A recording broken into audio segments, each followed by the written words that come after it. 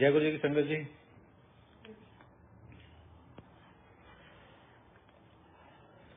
संगत जी आज मैं बताना चाहता हूँ कि गुरु जी जब सत्संग करते थे तब मंदिर की एक भी बल्ब ऑफ नहीं होता था। गुरु जी सारे ही बल्ब ऑन करके फिर सत्संग करते थे।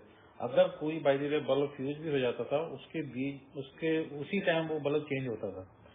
और कभी गुरुजी ने ये नहीं जैसे लाइट कम कर दो और ध्यान लगा लेंगे ये लगा लेंगे, ऐसा कुछ नहीं होता था।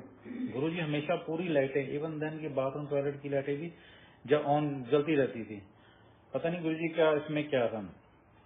तो गुरुजी जब कल्याण करना होता था तो किसी भी चीज से कर देते हैं। ऐसा नहीं किसी को जैसे हम किसी बाबे के पास जाते हैं, कोई धागा दे दिया, किसने तवीज दे दिया, ऐसा कुछ नहीं होता था।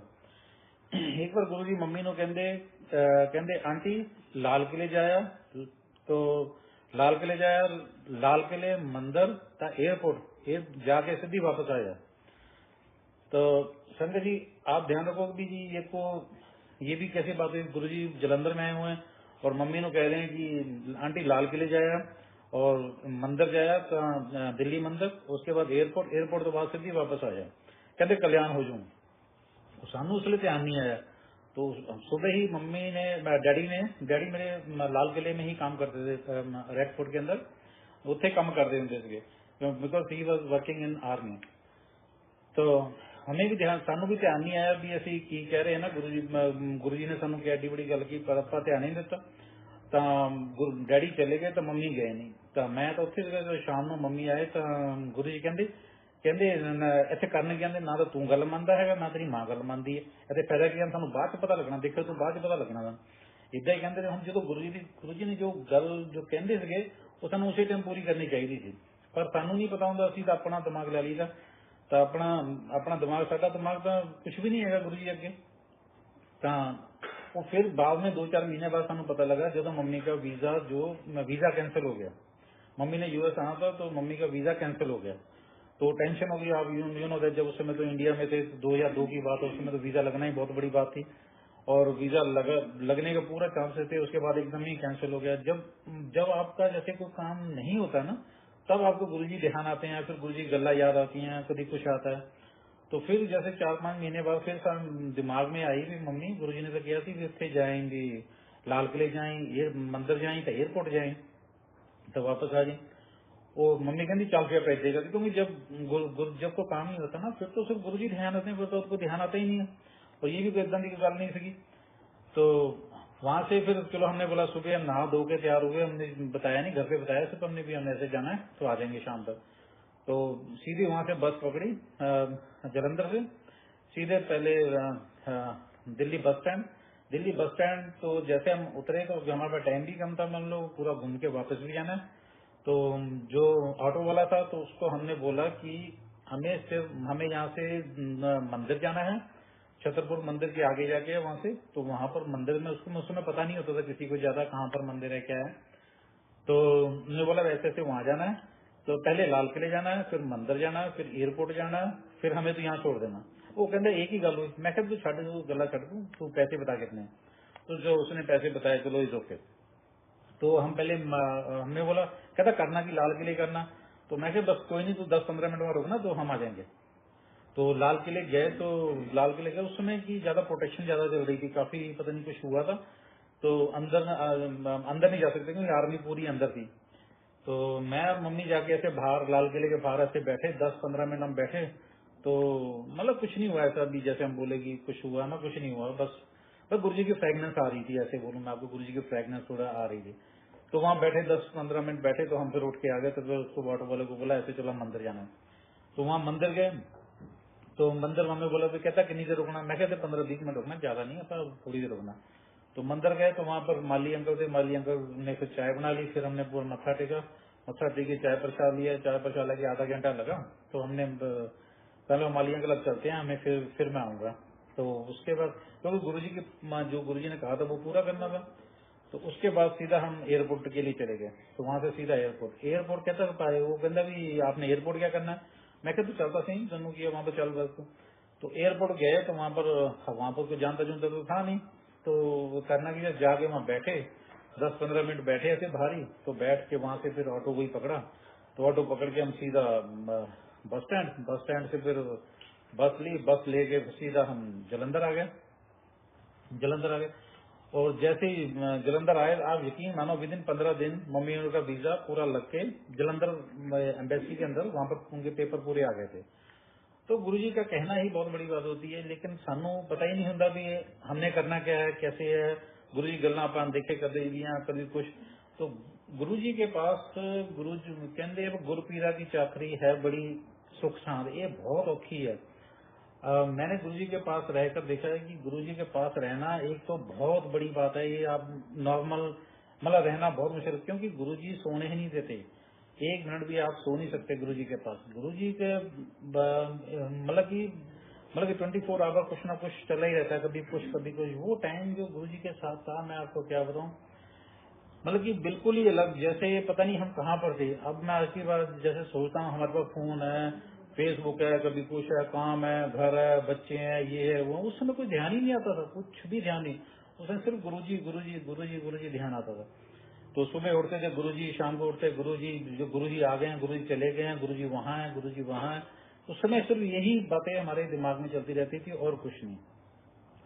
तो गुरुजी हमारे टेस्ट वो लेते थे, जैसे रात ਨੂੰ ਆਪਾਂ ਡੇਲੀ मतलब ਕੋਈ ਨਾ ਕੋਈ ਗੱਲ ਹੋ ਹੀ ਜਾਂਦੀ ਸੀ। मतलब ऐसी बात हो ਏਦਾਂ ਦੀ ਗੱਲ ਹੋ ਜਾਂਦੀ ਸੀ ਵੀ ਜੇ ਨਾ तो गुरुजी नाराज हो जाते थे, गुरुजी झटके मार देते थे, कभी कुछ कर देते थे। एक दिन तो उसमें डर भी बहुत लगता थी, क्योंकि हमें हमारी सोच जहाँ पर खत्म होती है वहाँ गुरुजी की सोच शुरू होती है। साडा की ਹੁੰਦਾ ਸੀ भी उसे मैंने तो इतना पता भी नहीं लगता ਸੀ, तो मैं भी दस मैं इतना नहीं पता लगता ਸੀ कि गुरुजी की कर रहे हैं, कैसे कर रहे हैं। तो बस जिदा मन चाहता ਸੀ ਅਸੀਂ सेवा करी जाई थी, जिदा गुरु जी कराते थे ਆਪਾਂ करी जाई थी। तो एक दिन क्या हुआ कि रात ਨੂੰ गुरु जी सारे तो नाराज हो गए। पता नहीं कोई गल हुई, तो गुरु जी कहते कंजर सारे फेल है, गुरु जी कहते कंजर सारे फेल है। वो मैं डरा, मैं गुरु जी हूँ कभी कुछ कहना कभी कुछ कहना। मतलब बहुत मुश्किल होता ਸੀ उस टाइम के, क्योंकि ਅਸੀਂ गुरु जी ਨੂੰ कुछ नहीं कह सकते थे। गुरु जी ही बोलते ਸੀ कुछ ना कुछ, जो भी कहना सानू कह देना एकदम। फिर गुरु जी इतना स्लो बहुत हौली कहते ਹੁੰਦੇ ਸੀ ਵੀ ਸਾਨੂੰ कई बार समझना बहुत मुश्किल लग हो ਜਾਂਦਾ ਸੀ।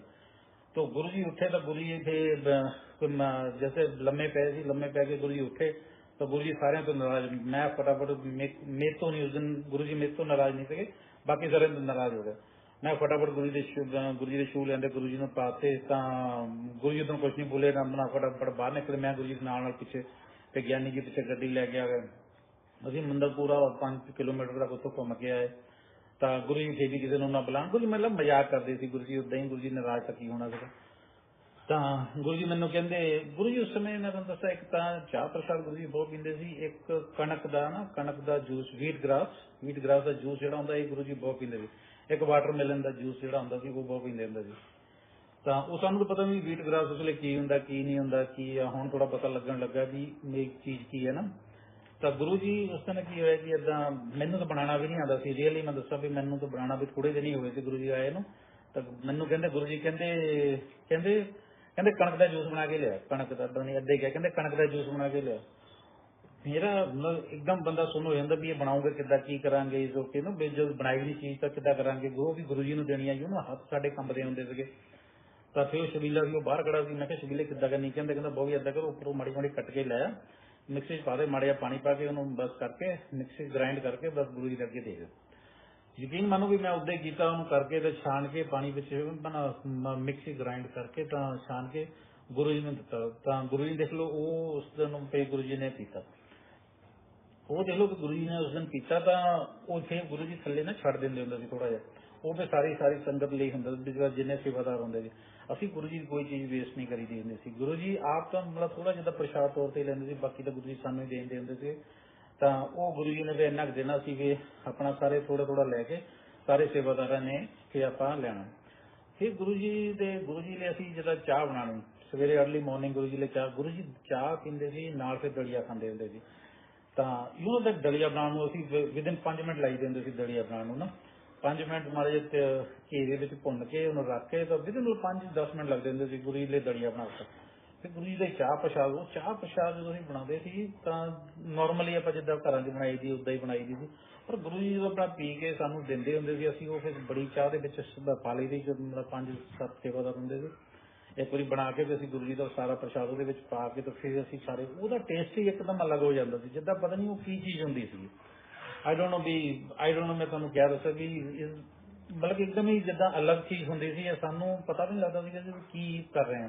ਔਰ ਤੁਹਾਨੂੰ ਮੈਂ ਕਿਹਾ ਦੱਸਿਆ ਵੀ ਉਸ ਟਾਈਮ ਤਾਂ ਦੇਖੋ ਨਾ ਸਾਡੇ ਕੋਲ ਫੋਨ, ਨਾ ਕੋਈ ਟੀਵੀ, ਨਾ ਕੋਈ, ਬਸ ਟੀਵੀ ਤੱਕ ਨਹੀਂ ਦੇਖਦੇ ਹੁੰਦੇ, ਸਾਨੂੰ ਕੁਛ ਨਹੀਂ ਪਤਾ ਸੀ। ਜਿਹੜਾ ਗੁਰੂ ਜੀ ਦੇ ਨਾਲ ਟਾਈਮ ਲੰਘਿਆ ਬੜੀ ਮਤਲਬ ਕਿ ਇਦਾਂ ਦਾ ਟਾਈਮ ਸੀ, ਤੇ ਇਹ ਤਾਂ that is the golden time. ਮੈਂ ਤਾਂ ਕਹਿੰਦਾ ਵੀ ਇਸ ਜ਼ਿੰਦਗੀ ਦਾ ਸਾਡਾ ਗੋਲਡਨ ਟਾਈਮ ਸੀਗਾ।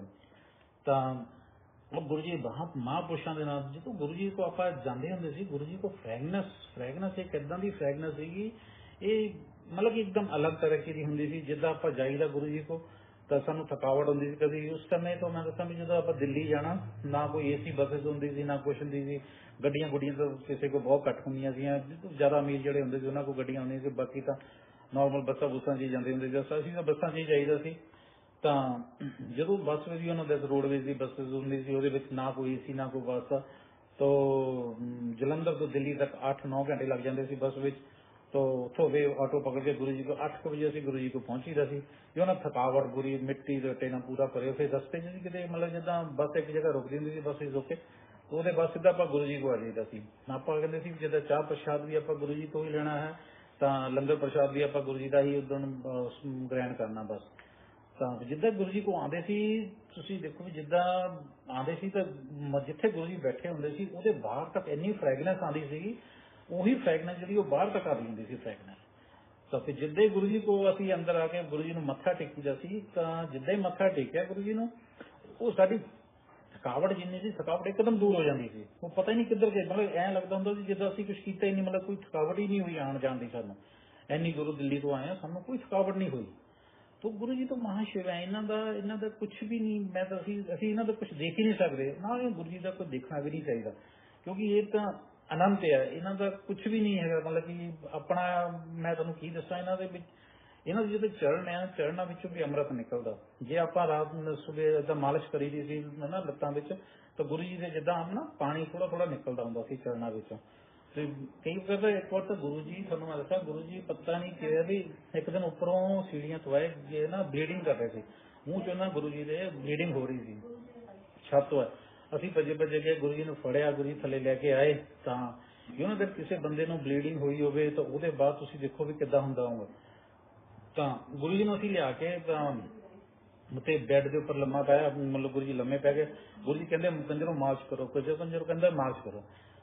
ਤਾਂ ਸੰਗਤ ਜੀ ਤੁਸੀਂ ਯਕੀਨ ਮੰਨੋ ਵੀ ਇੰਨੀ ਤੇਜ਼ ਮੈਂ ਉਹਨਾਂ ਦੇ ਸਿਰ ਤੇ ਮਾਰਚ ਕਰ ਰਹੇ, ਅਸੀਂ ਫੜ ਕੇ ਸਾਡੀ ਪੂਰੀ ਬੱਸ ਹੋ ਗਈ, ਮਤਲਬ ਜਿੱਦਾਂ ਸਾਡੇ ਹੱਥਾਂ ਚੋਂ ਅੱਗ ਨਿਕਲੀ, ਪਰ ਗੁਰੂ ਜੀ ਨੂੰ ਕੁਝ ਨਹੀਂ ਹੋ ਰਿਹਾ।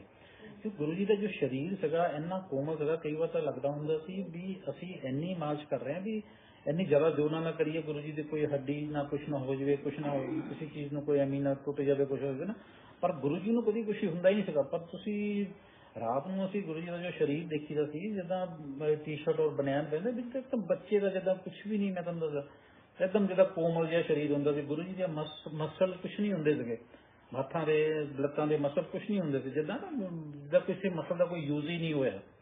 ਤੁਸੀਂ ਸਮਝ ਸਕਦੇ ਹੋ, ਇਦਾਂ ਦਾ ਗੁਰੂ ਜੀ ਦਾ ਸਰੀਰ ਸੀ। ਗੁਰੂ ਜੀ ਦੇ ਪੇਟ ਗੁਰੂ ਜੀ ਦਾ ਬਿਲਕੁਲ ਅੰਦਰ ਨੂੰ ਹੁੰਦਾ ਸੀ, ਕੁਛ ਵੀ ਨਹੀਂ। ਗੁਰੂ ਜੀ ਹਾਂ ਸ਼ਿਵੇ ਕੁਛ ਮਤਲਬ ਕਿ ਗੁਰੂ ਜੀ ਕੁਛ ਖਾਂਦੇ ਵੀ ਨਹੀਂ ਹੁੰਦੇ ਸੀਗੇ। ਇਵਨ ਦੈਨ ਕਿ ਗੁਰੂ ਜੀ ਰਾਤ ਨੂੰ ਮੈਂ ਤੁਹਾਨੂੰ ਦੱਸਾਂ ਵੀ ਅੱਜ ਆਪਾਂ ਜਿਹੜਾ ਭੋਗ ਲਾਈਦਾ ਜਲੰਧਰ ਮੰਦਿਰ, ਮੈਂ ਤੁਹਾਨੂੰ ਦੱਸ ਲਾਈਦਾ, ਇੰਨੀਆਂ ਛੋਟੀਆਂ ਕੌਲੀਆਂ, ਇੰਨੀਆਂ ਕੌਲੀਆਂ ਵਿੱਚ ਗੁਰੂ ਜੀ ਦਾ ਇੱਕ ਸਬਜ਼ੀ ਹੁੰਦੀ ਸੀ, ਇੱਕ ਦਾਲ ਹੁੰਦੀ ਸੀਗੀ।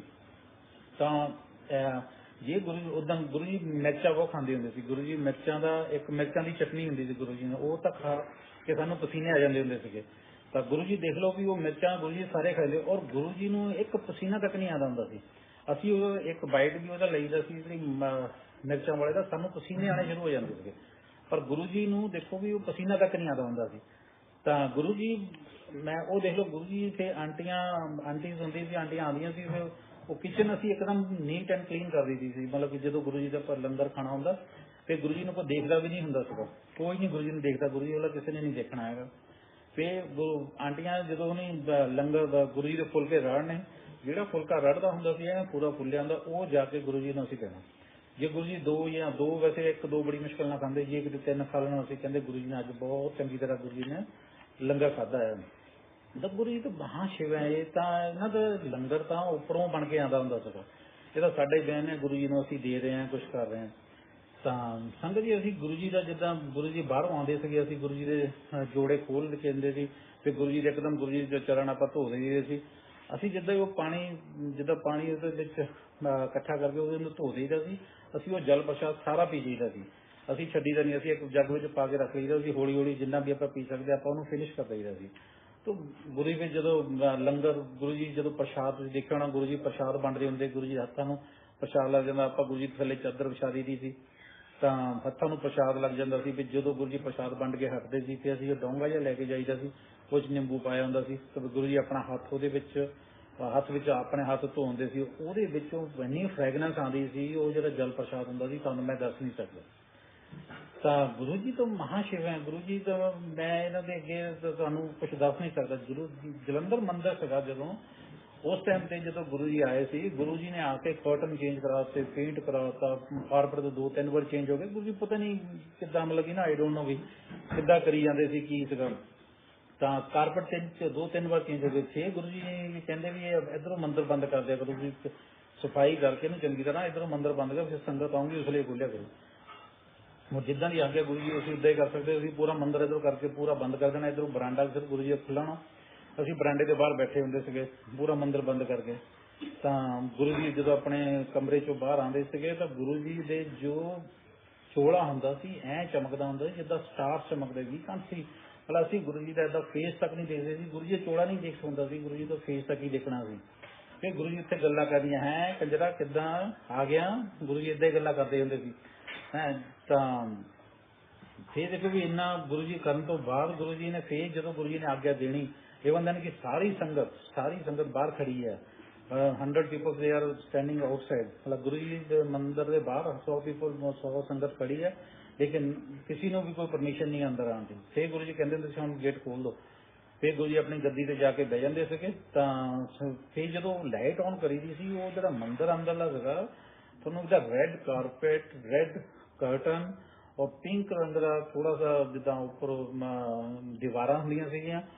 ਉਹ ਮਾਈ ਗੋਡ, ਮਤਲਬ ਕਿ ਲਾਈਟਸ ਦੇਖ ਲਓ, ਉਹਦੇ 20-25 ਤੋਂ 20 ਤੋਂ 25 ਬਲਬਸ ਹੁੰਦੇ ਸੀ ਉਹਦੇ ਵਿੱਚ। ਗੁਰੂ ਜੀ ਸਾਰੇ ਔਨ ਕਰਦੇ ਹੁੰਦੇ ਸੀ, ਮਤਲਬ ਇੱਕ ਵੀ ਫਿਊਜ਼ ਨਹੀਂ ਹੋਣਾ ਚਾਹੀਦਾ।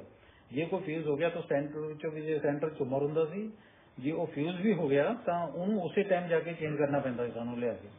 ਤਾਂ ਗੁਰੂ ਜੀ ਇੱਕ ਵੀ ਬਲਬ, ਮਤਲਬ ਕਿ ਇੱਕ ਵੀ ਬਲਬ ਗੁਰੂ ਜੀ ਫਿਊਜ਼ ਨਹੀਂ ਹੋਣ ਦਿੰਦੇ ਸੀਗੇ ਡਿਊਰਿੰਗ ਦਾ ਸਤਸੰਗ ਕੋਲ। ਇੱਕ ਵੀ ਬਲਬ ਫਿਊਜ਼ ਨਹੀਂ ਹੋਣਾ, ਕੁਛ ਨਹੀਂ ਹੋਣਾ। ਤਾਂ ਫਿਰ ਮੈਂ ਤੁਹਾਨੂੰ ਦੱਸਾਂ ਵੀ ਜਿੱਦਾਂ ਗੁਰੂ ਜੀ ਰਾਤ ਨੂੰ ਜਦੋਂ ਗੁਰੂ ਜੀ ਲੰਮੇ ਪਏ ਹੁੰਦੇ ਸੀਗੇ ਤਾਂ ਉਹਦੇ ਬਾਅਦ ਜਦੋਂ ਗੁਰੂ ਜੀ ਨੇ ਕਿਤੇ ਜਾਣਾ ਹੁੰਦਾ ਸੀਗਾ, ਜੇ ਜਾਣਾ ਹੁੰਦਾ ਸੀ, ਉਹ ਜਲੰਧਰ ਮੰਦਿਰ ਦੇ ਬਾਅਦ ਤੁਸੀਂ ਦੇਖਿਆ ਹੋਣਾ ਵੀ ਕਿੰਨਾ ਟ੍ਰੈਫਿਕ ਹੁੰਦਾ, ਸਭੀ ਤੁਸੀਂ ਦੇਖਦੇ ਹੀ ਆ ਕਿੰਨਾ ਟ੍ਰੈਫਿਕ ਹੁੰਦਾ। ਆਈ ਡੋਂਟ ਨੋ ਵੀ ਉਸ ਟਾਈਮ ਤੇ ਕਿਆ ਸੀਗਾ ਕਿਆ ਨਹੀਂ। ਜਦੋਂ ਗੁਰੂ ਜੀ ਨੇ ਬਾਹਰ ਜਾਣਾ ਹੁੰਦਾ ਤਾਂ ਇੱਕਦਮ ਬਾਹਰ ਵੀ ਪਿਨ ਡ੍ਰੌਪ ਸਾਇਲੈਂਸ ਹੁੰਦੀ ਸੀ। ਗੁਰੂ ਜੀ 10 ਵਜੇ ਨਿਕਲੇ ਪਿਨ ਡ੍ਰੌਪ ਸਾਇਲੈਂਸ ਹੈ, 12 ਵਜੇ ਨਿਕਲੇ ਪਿਨ ਡ੍ਰੌਪ ਸਾਇਲੈਂਸ ਹੈ, 1 ਵਜੇ ਨਿਕਲੇ ਪਿਨ ਡ੍ਰੌਪ ਸਾਇਲੈਂਸ ਹੈ। ਮਤਲਬ ਕਿ ਇੱਕ ਬੰਦਾ ਵੀ ਬਾਹਰ ਨਹੀਂ ਆਉਂਦਾ ਸੀ, ਮਤਲਬ ਕਿ ਪੂਰਾ ਟ੍ਰੈਫਿਕ ਜਿੱਦਾਂ ਗੁਰੂ ਜੀ ਜਾਮ ਕਰ ਦਿੰਦੇ ਸੀ। ਜਾਮ ਕੀ ਮਤਲਬ ਕਿ ਚੇਂਜ ਹੀ ਕਰ ਦਿੰਦੇ ਸੀਗੇ। ਤਾਂ ਗੁਰੂ ਜੀ ਏਦਾਂ ਮੰਦਿਰ ਤੋਂ ਬਾਹਰ ਏਦਾਂ ਖੜੇ ਹੁੰਦੇ ਸੀਗੇ। ਹੁਣ ਮੈਨੂੰ ਪਤਾ ਲੱਗਦਾ ਉਸ ਸਮੇਂ ਤਾਂ ਸਾਨੂੰ ਧਿਆਨ ਵੀ ਨਹੀਂ ਆਇਆ ਵੀ ਉਹ ਟ੍ਰੈਫਿਕ ਆਉਂਦਾ ਜਾਂ ਜਾਂਦਾ, ਕਿੱਧਰ ਜਾਇਆ ਸਾਨੂੰ ਧਿਆਨ ਹੀ ਨਹੀਂ ਆਉਂਦਾ। ਹੁਣ ਮੈਂ ਦੇਖਦਾ ਹੁੰਦਾ ਵੀ ਉੱਥੇ ਤਾਂ ਟ੍ਰੈਫਿਕ ਇੰਨਾ ਹੁੰਦਾ ਸੀ, ਪਰ ਗੁਰੂ ਜੀ ਜਦੋਂ ਬਾਹਰ ਖੜੇ ਹੁੰਦੇ ਤਾਂ ਉੱਥੇ ਤਾਂ ਕੁਛ ਵੀ ਨਹੀਂ ਹੁੰਦਾ ਸੀ। ਇੱਕ ਵਾਰੀ ਮੈਂ ਤੁਹਾਨੂੰ ਦੱਸਾਂ ਵੀ ਜਦੋਂ ਗੁਰੂ ਜੀ ਪਾਰਸ ਦਾ ਵਿਆਹ ਸੀ, ਪੂਨਮ ਮੋਟਰ ਵਾਲੇ, ਉਹਨਾਂ ਦੇ ਮੁੰਡੇ ਦਾ ਵਿਆਹ ਸੀਗਾ। ਤਾਂ ਅਸੀਂ ਇੱਥੇ ਮੰਦਿਰ ਸੀਗੇ, ਜਲੰਧਰ ਮੰਦਿਰ ਸੀਗੇ, ਅਸੀਂ ਏਦਾਂ ਬੈਠੇ ਤਾਂ ਗੁਰੂ ਜੀ ਕਹਿੰਦੇ, ਤਾਂ ਗੁਰੂ ਜੀ ਸਾਨੂੰ, ਅਸੀਂ ਹੁਣ ਗੁਰੂ ਜੀ ਨੇ ਉਹਨੂੰ ਸਾਰੀ ਸੰਗਤ ਨੇ ਜਾਣਾ ਸੀਗਾ। ਤਾਂ ਉਸ ਵੇਲੇ ਤਾਂ ਏਦਾਂ ਹੁੰਦਾ ਸੀ ਵੀ ਗੁਰੂ ਜੀ ਜਿਹਨਾਂ ਨੂੰ ਕਹਿੰਦੇ ਸਾਰੇ ਮਤਲਬ ਤਕਰੀਬਨ ਜਾਂਦੇ ਹੁੰਦੇ ਸੀ ਵਿਆਹ ਤੇ। ਤਾਂ ਗੁਰੂ ਜੀ ਆਏ ਉਸੇ ਕੰਮ ਨੂੰ ਸੀਗੇ ਉਸ ਵੇਲੇ। ਤਾਂ ਮੈਂ ਤੁਹਾਨੂੰ ਇਹ ਨਹੀਂ ਕਹਿ ਸਕਦਾ। ਤਾਂ ਜਿੱਦਾਂ ਉੱਥੇ ਗੁਰੂ ਜੀ ਆਏ ਤਾਂ ਗੁਰੂ ਅਸੀਂ ਏਦਾਂ ਬੈਠੇ, ਹੁਣ ਸਾਨੂੰ ਤਾਂ ਪਤਾ ਨਹੀਂ ਸੀਗਾ ਉਸ ਵੇਲੇ, ਤਾਂ ਅਸੀਂ 11th-12th ਵਿੱਚ ਪੜ੍ਹਦੇ ਹੁੰਦੇ ਸੀਗੇ।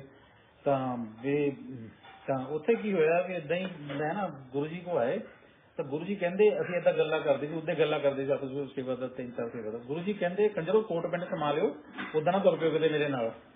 ਤਾਂ ਅਸੀਂ ਬੜੇ ਹੈਰਾਨ ਹੋਏ। ਮੈਂ ਕਿਹਾ ਗੁਰੂ ਜੀ ਨੇ ਸਾਨੂੰ ਉਸ ਟਾਈਮ ਤੇ ਕੋਟ ਪੈਂਟ ਕਿੱਥੇ ਕੋਈ ਸਮਾਦਾ ਹੁੰਦਾ ਸੀ, ਇੰਨਾ ਤਾਂ ਬਹੁਤ ਵੱਡੀ ਗੱਲ ਦੀ ਕੋਟ ਪੈਂਟ, ਕਿਉਂਕਿ 11th-12th ਵਿੱਚ ਪੜ੍ਹਦੇ ਹੁੰਦੇ, ਕਿਹੜਾ ਕੋਈ ਵੀ ਨਹੀਂ ਸਮਾਦਾ ਹੁੰਦਾ ਸੀਗਾ। ਤਾਂ ਗੁਰੂ ਜੀ ਕਹਿੰਦੇ ਕੋਟ ਪੈਂਟ ਕੰਜਰੋ ਸਮਾ ਲਿਓ। ਤਾਂ ਅਸੀਂ ਕਿਹਾ ਚਲੋ ਠੀਕ ਹੈ, ਗੁਰੂ ਜੀ ਨੇ ਕਿਹਾ।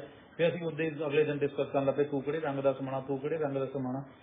ਅਸੀਂ ਇੱਦਾਂ ਕਰਦੇ ਰਹੇ। ਗੁਰੂ ਜੀ ਕਹਿੰਦੇ ਕੰਜਰੋ ਮੈਨੂੰ ਵੀ ਦੱਸ ਦਿਓ, ਮੈਂ ਕਿਹੜੇ ਰੰਗ ਦਾ ਚੋਲਾ ਪਾਊਂਗਾ। ਅਸੀਂ ਇੰਨੇ ਫਸੇ ਉੱਤੇ। ਮੈਂ ਕਿਹਾ ਗੁਰੂ ਜੀ ਹੱਸਣ ਲੱਗ ਪਏ, ਕਹਿੰਦੇ ਤੇ ਕੰਜਰ ਆਪਣਾ ਆਪਣਾ ਦੇਖੀ ਜਾਂਦੇ, ਮੈਨੂੰ ਨਹੀਂ ਦੇਖਦੇ ਕਿ ਮੈਂ ਕੀ ਕਰਨਾ ਹੈਗਾ।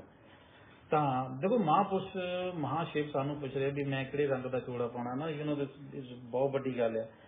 ਤਾਂ ਫਿਰ ਤੁਸੀਂ ਦੇਖੋ ਗੁਰੂ ਜੀ ਜਿਹਨੂੰ ਜਿਹੜੀ ਗੱਲ ਕਹਿੰਦੇ ਸੀ ਉਹਨੂੰ ਹੀ ਸੁਣਦੇ ਸੀ, ਬਾਕੀ ਕਿਸੇ ਨੂੰ ਨਹੀਂ ਸੁਣਦੇ ਸੀ। ਤਾਂ ਉਹ ਜਦੋਂ ਪਾਰਸ ਦਾ ਵਿਆਹ ਸੀਗਾ, ਪਾਰਸ ਨੂੰ ਦੇਖ ਲਓ ਗੁਰੂ ਜੀ, ਮੈਂ ਤੁਹਾਨੂੰ ਦੱਸਿਆ ਗੁਰੂ ਪੀਰਾਂ ਦੀ ਚਾਕਰੀ ਇਹ ਬਹੁਤ ਔਖੀ ਹੈ, ਇਹ ਸੌਖੀ ਨਹੀਂ ਹੈਗੀ। ਪਾਰਸ ਦਾ ਵਿਆਹ ਸੀ, ਗੁਰੂ ਜੀ ਨੇ ਉਹਨੂੰ ਜਾਣ ਨਹੀਂ ਦੇਣਾ ਆਪਣੇ ਘਰ ਨੂੰ, ਉੱਥੇ ਡਿਊਟੀ ਦੀ ਲਾਈਓ, ਉੱਥੇ ਡਿਊਟੀ ਲਾਈਓ ਜਲੰਧਰ ਮੰਦਰ। ਤਾਂ ਉਹਨੂੰ ਮਾਈਆਂ ਲੱਗਣਾ, ਉਹ ਲੱਗਣਾ। ਤਾਂ ਇਵਨ ਦੈਨ ਕਿ ਗੁਰੂ ਜੀ ਉਹਨੂੰ ਕਹਿ ਰਹੇ ਵੀ ਹਾਲੇ ਨਹੀਂ ਭੇਜਣਾ, ਉਹਦਾ ਮੰਮੀ ਵੀ ਆ ਗਏ, ਸਾਰੇ ਆ ਗਏ। ਤਾਂ ਫਿਰ ਸਵੇਰੇ ਜਾ ਕੇ ਗੁਰੂ ਜੀ ਨੇ ਉਹਨੂੰ ਕਿਹਾ ਵੀ 4 ਵਜੇ ਤੂੰ ਨਾ 3-4 ਵਜੇ ਤੂੰ ਚਲੋ ਕੰਜਰੋ ਚੱਲਦਾ ਦੌੜ ਜਾ ਕੇ ਕਰਾ। ਤਾਂ ਫਿਰ ਉਹ ਦੇਖ ਲਓ ਆਪਣੇ ਘਰ ਗਿਆ, ਜਾ ਕੇ ਉੱਤੇ ਮਾਈਆਂ ਲੱਗਾ, ਸਭ ਕੁਛ ਹੋਇਆ ਗੁਰੂ ਜੀ। ਤਾਂ ਗੁਰੂ ਜੀ ਦੀ ਬਹੁਤ ਮੁਸ਼ਕਿਲ ਹੈ। ਗੁਰੂ ਜੀ ਤੁਹਾਡੇ ਕੋਲ ਆਣਾ ਬਹੁਤ ਈਜ਼ੀ ਹੈ ਗੁਰੂ ਜੀ ਕੋਲ, ਪਰ ਜਦੋਂ ਪਰਮਿਸ਼ਨ ਲੈ ਕੇ ਜਾਣਾ ਇਹ ਬਹੁਤ ਔਖਾ ਹੁੰਦਾ ਸੀ।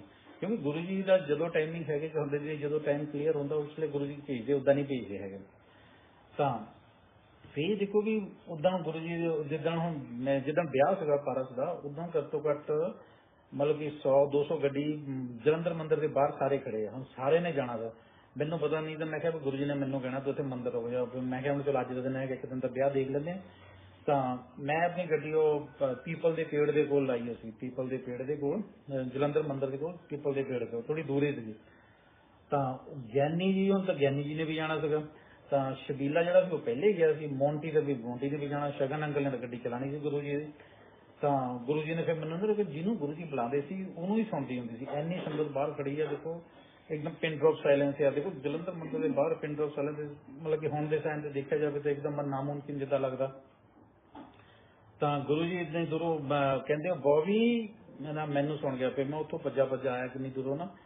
ਤਾਂ ਗੁਰੂ ਜੀ ਆ ਕੇ ਮੈਨੂੰ ਪੁੱਛਦੇ, ਕੰਜਰਾ ਤੇਰੇ ਪੀ ਨੇ ਵੀ ਜਾਣਾ? ਮੈਂ ਕਿਹਾ ਹਾਂਜੀ ਗੁਰੂ ਜੀ। ਕੰਜਰਾ ਤੇਰੀ ਮਾਂ ਨੇ ਵੀ ਜਾਣਾ? ਮੈਂ ਕਿਹਾ ਹਾਂਜੀ ਗੁਰੂ ਜੀ। ਕਹਿੰਦੇ ਤੇਰੀ ਭੈਣ ਨੇ ਵੀ ਜਾਣਾ? ਮੈਂ ਕਿਹਾ ਹਾਂਜੀ ਗੁਰੂ ਜੀ। ਕਹਿੰਦੇ ਗੱਡੀ ਤਾਂ ਕਿਸ ਨੂੰ ਚਲਾਣੀ ਨਹੀਂ ਆਉਂਦੀ? ਮੈਂ ਕਿਹਾ ਨਹੀਂ ਗੁਰੂ ਜੀ ਮੈਨੂੰ ਹੀ ਆਉਂਦੀ। ਚੱਲ ਕੰਜਰਾ ਦੌੜ ਜਾ ਕੇ। ਤਾਂ ਜਾ ਕੇ ਫਿਰ ਮੈਂ ਵਾਪਸ ਚਲਾ ਗਿਆ। ਉੱਥੇ ਜਾ ਕੇ ਫਿਰ ਆਪਣੀ ਗੱਡੀ ਕੋਲ ਜਾ ਕੇ ਬਹਿ ਗਏ। ਤਾਂ ਜਦੋਂ ਫਿਰ ਦੇਖ ਲਓ ਵੀ ਇੱਥੇ ਅਸੀਂ ਫਿਰ ਗੁਰੂ ਜੀ ਨੇ ਤੇ ਗਿਆਨੀ ਜੀ ਨੂੰ ਕਿਹਾ, ਤੇ ਗਿਆਨੀ ਜੀ ਉੱਥੇ ਰੁਕੇ ਮੰਦਿਰ। ਤਾਂ ਬਾਕੀ ਸਾਰੇ ਅਸੀਂ ਫਿਰ ਇੱਥੇ ਵਿਆਹ ਹੋ ਗਏ।